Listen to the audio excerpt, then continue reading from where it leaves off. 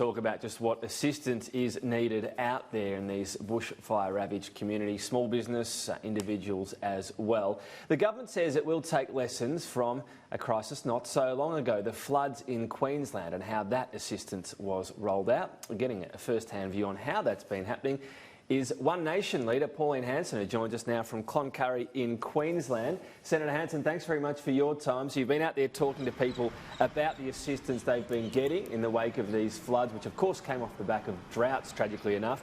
What are they telling you? Yeah, so I came up here straight after the floods, Tom, and it was devastating, and the community were cut off. Talking to the people now, they're very impressed and very happy with the response they got from the government at the time. So they received their aid, their assistance. The Army was tremendous, the donations that came in from people, the Red Cross. So it all pulled together.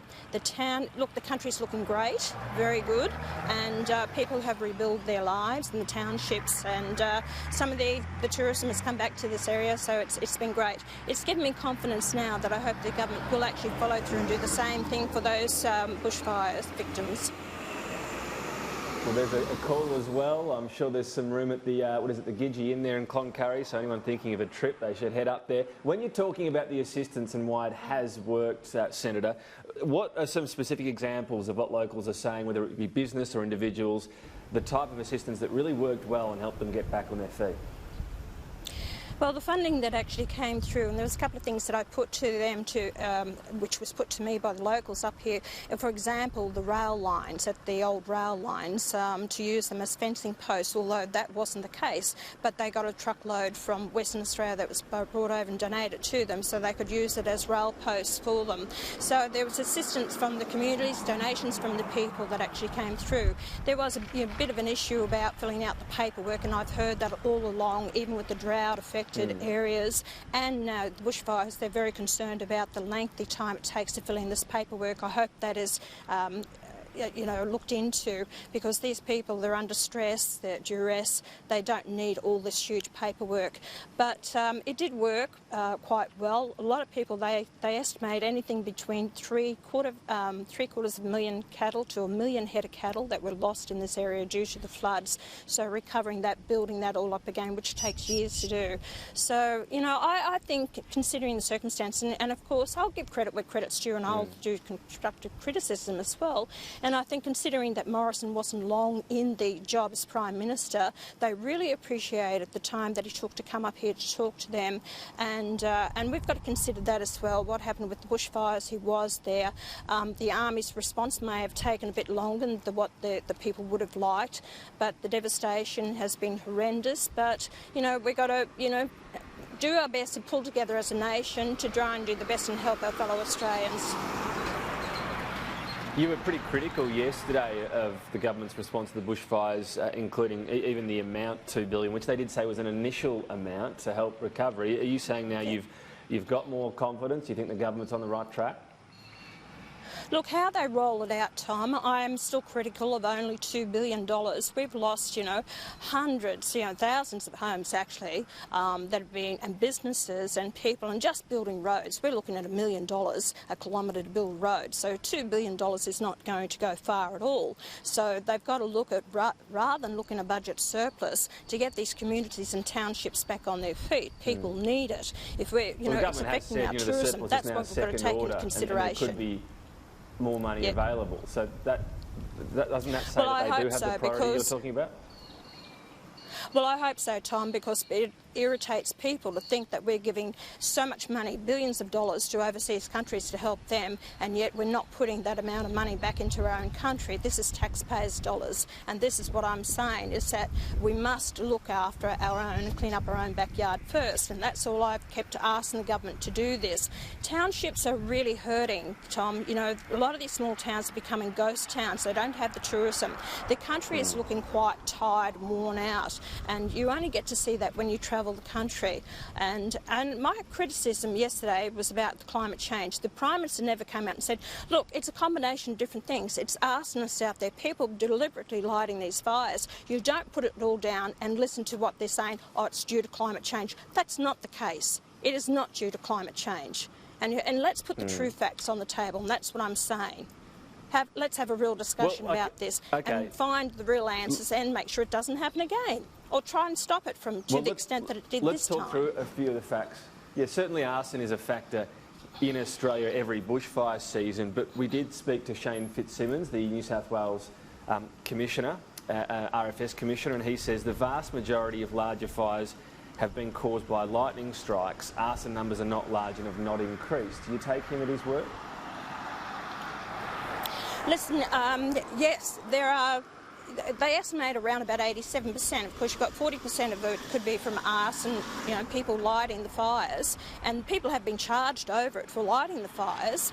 And you've got about 183 have been cautioned or warned about, fires, bushfires. Now, that's a large number, and people are purposely going out there and lighting the fires. And yes, we do have lightning strikes. We're always going to have that.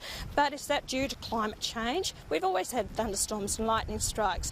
It is about the build-up of debris that's on the floor of these national parks. They don't go in anymore to clean them out. They don't allow the cattle to graze in national parks. They don't allow people to clear the trees from around their homes. We live in a continent that is built up with, trees, eucalyptus that explode. It's the fauna that we have in this country that needs bushfires to go through it, to rejuvenate it. It's the country we live in. It's totally different to every other continent in the world. And this is the country Australia is. Yes, and it's true. We have always had bushfires, and there's talk of different ways to manage that. I'm sure that will be part of the Royal Commission, including the Indigenous approaches to how burning's happening. But again, on fuel loads and hazard reduction, the RFS says their issue was it was too warm and dry to conduct all the burns they wanted to. They wanted to have more burns. It's too warm and dry. Do you take them at their word on that as well?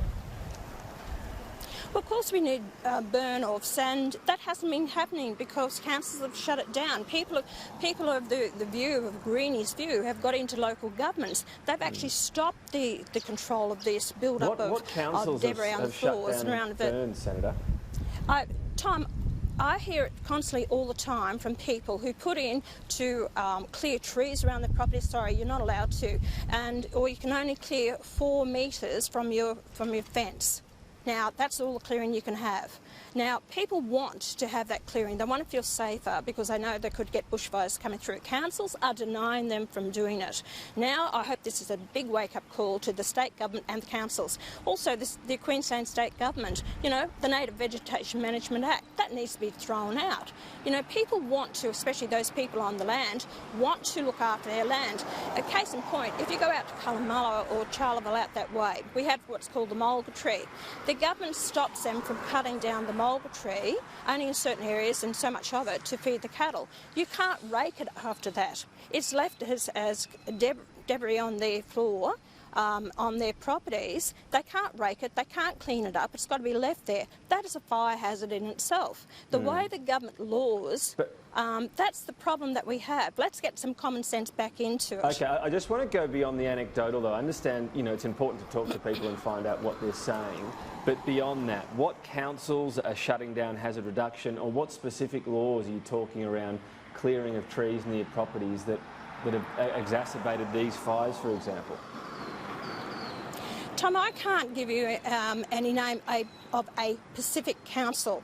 I'll tell you what, I'll tell the viewers out there, you contact Tom at Sky News and you tell Tom if your council has denied you from clearing trees around your property, cleaning up debris, putting in fire breaks, and let the people tell you what they think. I think that might be an indication because it is happening. Yeah, no, look, always happy to hear examples, but I just think it's important when people are talking about councils shutting down burns, what we're hearing from the RFS, and I asked the questions of them because I'm curious as well, as they're saying their hazard reduction was limited by warm and dry conditions. Can I ask you finally, Senator, you've said let's stop talking about climate change. Do you believe that was a factor in exacerbating the conditions for these bushfires? Tom, our climate's changed and it always has changed. And if you look at the records, we've had hotter and drier conditions in the late 1800s, but they don't want to discuss that because, those records weren't correct. Well, they were correct at the time, but no one wants to talk about it. Climate is changing, but it's a natural occurrence. 2019 was the hottest year on record, though, Senator, in Australia. from record from when, Tom? Are they going back to when, the 1850s, or are they taking it from the early 1900s? Because they don't want to discuss that. Because they don't want to discuss the 1890s. Well, I have a record book. I have a record book that takes me back to the late 1800s, the original record book on climate, and it was horrific, the climate temperatures that we had then, prior to industrialisation in Australia. So as far as I'm concerned, climate is changing due to natural occurrences, not what we are fed to satisfy those with their own agenda or for those to make a lot of money out of it at the expense of Australians living a decent standard of living and a way of life in this country. I want the truth out there. I'm not going to get emotional about this and jump on a bandwagon because it suits a lot of people. Everything that I've done, I like to research and understand. As far as I'm concerned, these climate fanatics pushing their own agenda haven't convinced me or a lot of Australians, because I read my Facebook page and what people have to say. You like to do your research. Have you read, for example, reports from the IPCC talking about the weight of evidence around climate change and warning what will happen? Tom, they have actually been found out to be incorrect in their information that they have put out. When you have that carbon dioxide represents 0.04% of the Earth's gases, you can't tell me that's changing climate change whatsoever. The carbon dioxide in the world is 97% created through nature itself and the oceans. They have come out that they have not always got their reports correct. And we can send you that information if you would like. And I tell you what, I'm not an expert in this area, but I suggest that if you really want to know the depths of this, speak to my Senator, Malcolm Roberts, who can have you a great debate with you on this and explain to you quite clearly, and who is challenging the CSIRO over this information that they have or the documentation they have. Isn't it funny? Even the Greens will come out and make these statements, but no one will debate Malcolm Roberts over it. So let's have this come out in the Royal Commission, which I hope that we have, into this climate change and put the facts on the table, because I've heard from both sides, from science who say it is happening and science who says it is not happening. But we don't see the peer review to back this all up. And that's what I think that we need to have. If we're going to change our society, we're shutting down businesses. But just to jump in there is a lot of peer-reviewed material on climate science. Just reading today, NASA, for example, puts it at about 97% of climate scientists talk about the man-made contribution. There is peer-reviewed material. That's a fact. There is a lot of scientists who don't agree with this. There is a natural occurrence that happens throughout the world of climate is changing. I don't deny that. Is it man-made? That's another question that we need to ask. No, we cannot destroy people's lives, our own industries and manufacturing in this country. Escalating electricity prices that people cannot live a decent standard of living. For what? You tell me billions of dollars. The vast majority... Just on that point, you can talk about there are some scientists that do cast doubt on it, but the vast majority do say climate change is happening, and with a strong contribution since the Industrial Revolution from mankind. That you can't dispute that fact. That's the majority of scientists do think that.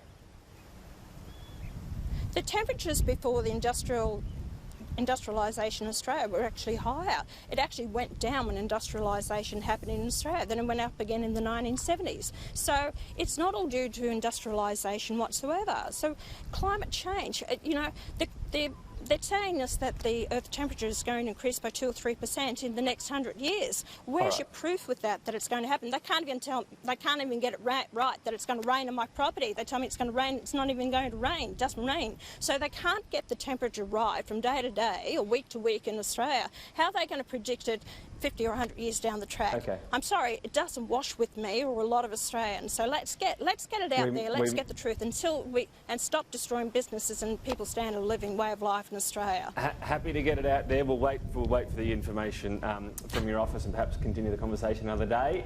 Enjoy Cloncurry. You'll be doing a bit for tourism, I'm sure. I've gone well over time, Senator Pauline Hanson. But thank you for your time today. Thanks, Tom. Cheers.